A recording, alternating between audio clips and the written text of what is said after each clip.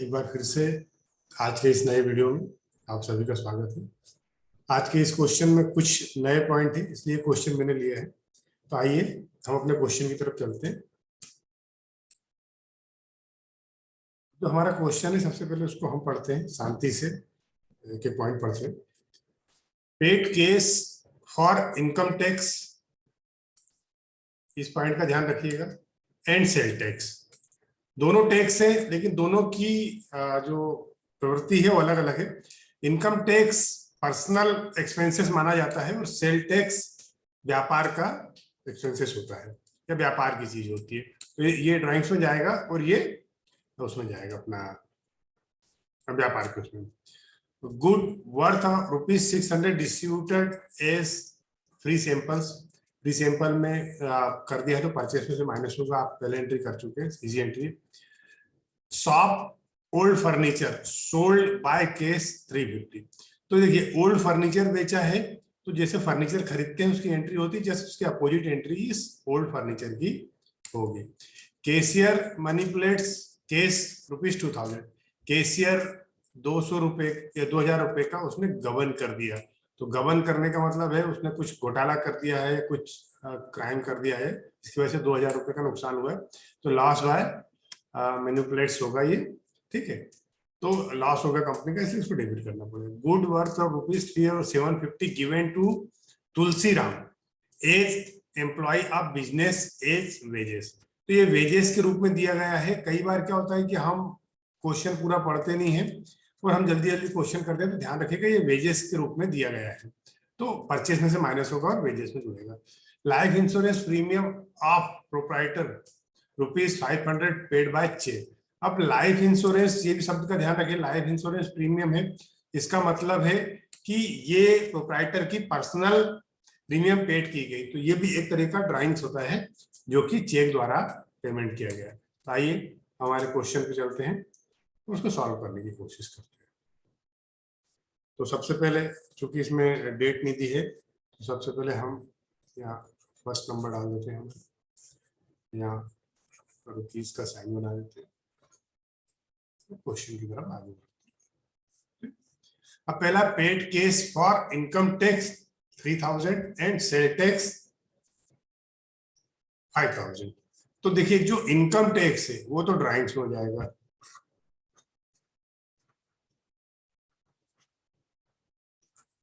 Drawings account debit. अब इसके दो एंट्री कर सकते हैं, दोनों को अलग अलग भी कर सकते हैं और एक साथ भी कर सकते हैं। तो मैं दोनों को एक साथ कर रहा हूं और ये हो जाएगा sales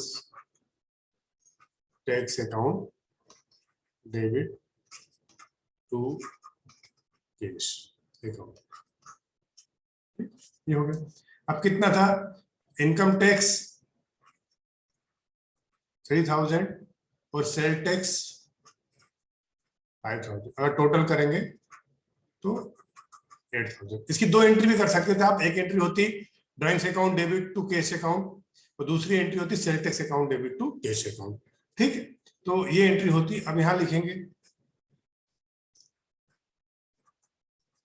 paid income tax and sales tax, income tax और सेल टैक्स पेड किया, ठीक है। अब सेकेंड एंट्री एक बार फिर से समझ लीजिए, ड्राइंग से क्यों लिखा इनकम टैक्स, तो इनकम टैक्स जो व्यापार का मालिक है उसकी इनकम पे दिया गया है। ये इनकम टैक्स लिखने का मतलब है कि जो व्यापार का मालिक है उसकी इनकम पे इनकम टैक्स कंपनी ने भरा है, इसलिए ये क्या हो जाएगा, ड्राइंग्स में आ जाएगा, ठीक है। फिर good worth ₹600 distributed as free sample. तो फ्री सैंपल को आप एडवर्टाइजमेंट भी लिख सकते हैं, फ्री सैंपल भी लिख सकते हैं, तो हम यहाँ फ्री सैंपल लिख देते हैं, free sample account debit to purchase account, purchases account. आप समझ गए होंगे क्यों मैंने परचेस लिखा, क्योंकि अगर कोई भी माल अगर निकलता है तो परचेस में से कम होता है। तो कितने का था, 600।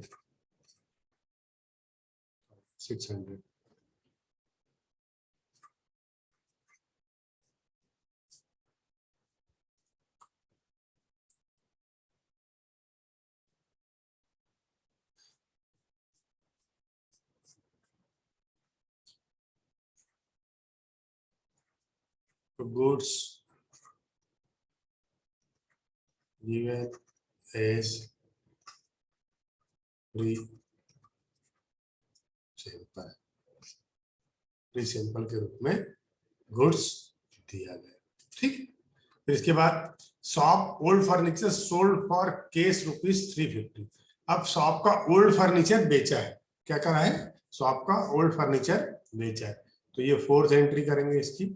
अब ओल्ड फर्नीचर बेचा तो क्या हुआ, हमारे पास केस आया, क्या आ रहा है, केस आ रहा है, बिजनेस में क्या हो रहा है, केस आ रहा है और फर्नीचर जा रहा है, तो जो आता है डेबिट करना है, सीधा सा नियम है, बिना सोचे समझे। केस अकाउंट डेबिट टू, अब ओल्ड फर्नीचर नहीं लिखेंगे, फर्नीचर अकाउंट। ओल्ड फर्नीचर क्यों नहीं लिखेंगे, क्योंकि व्यापार में फर्नीचर का जो खाता है वो फर्नीचर के नाम से खोला जाता है, ओल्ड और न्यू फर्नीचर के नाम से नहीं खोला जाता, इसलिए हम उसको फर्नीचर अकाउंट लिखेंगे। कितना, 350। तो यहाँ लिखेंगे हम, यहाँ लिख सकते हैं ओल्ड फर्नीचर सोल्ड। ठीक, ओल्ड फर्नीचर सोल्ड, सीधी सिंपल सी एंट्री, इसको कर दिया। कैशियर मैनिपुलेट्स केस ₹200, तो यहां लिखेंगे लॉस बाय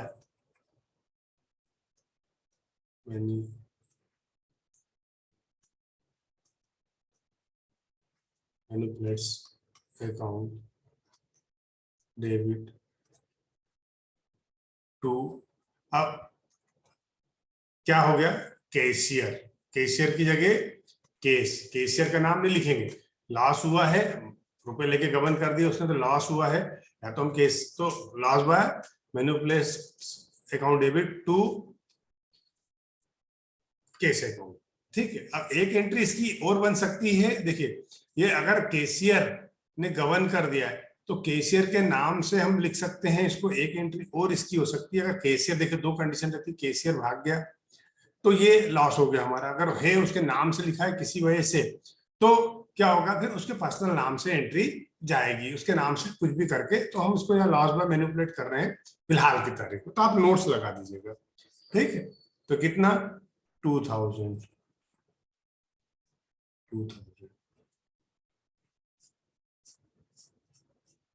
यहाँ लिखेंगे केस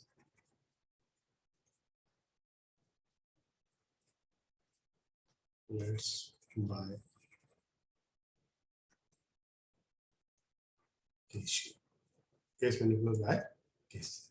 ठीक, अब आगे, good worth ₹750 given to Tulsiram as employ of business as wages, wages के रूप में दिया है, क्या दिया है, माल दिया है, तो देखिए वेजेस क्या है, हमारा खर्चा है खर्चा हमारा, तो खर्चे के लिए क्या होता है, डेबिट,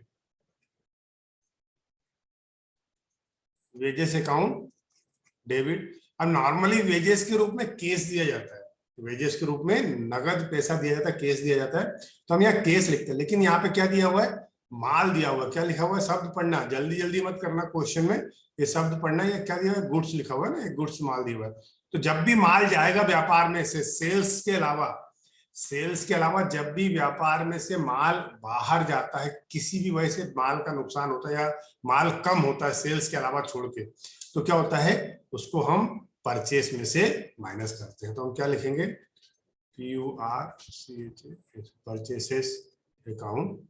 ठीक है, अब यहाँ लिखेंगे goods given to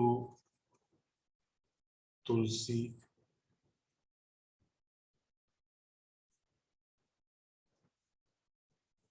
Ram as wages, goods given to Tulsi Ram as wages, कितना है, 750, कितना, 750 का। फिर एक एंट्री और last, life insurance premium of the proprietor proprietor, मालिक की लाइफ इंश्योरेंस प्रीमियम चेक से पेमेंट की। तो मालिक चाहे नगद निकाले चाहे चेक से निकाले, या मालिक का कोई भी खर्चा कंपनी द्वारा अगर पेमेंट किया जाता है तो वो उसकी ड्राइंग्स के अंतर्गत ही लिखा जाता है। तो हम यहाँ क्या लिखेंगे, 6 नंबर का जो पॉइंट है हमारा,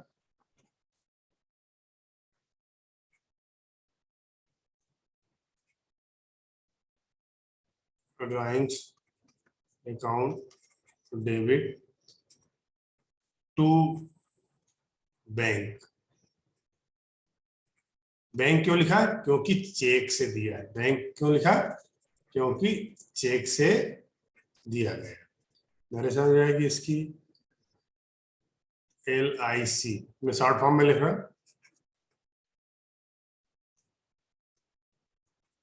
premium paid by cheque, LIC premium paid by cheque. तो ये हमारा क्वेश्चन यहाँ पे समाप्त होता है। इसके बाद नीचे आपको एक लाइन खींचनी है पूरी यहाँ से वहां तक, है ना। लाइन खींचने के बाद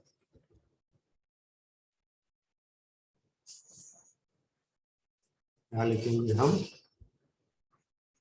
टोटल 12,200 रुपये, 12,200 ये टोटल आपका आ जाता है। ठीक, इस तरीके से ये क्वेश्चन आज का समाप्त होता है। उम्मीद करता हूँ कि क्वेश्चन समझ में आ होगा।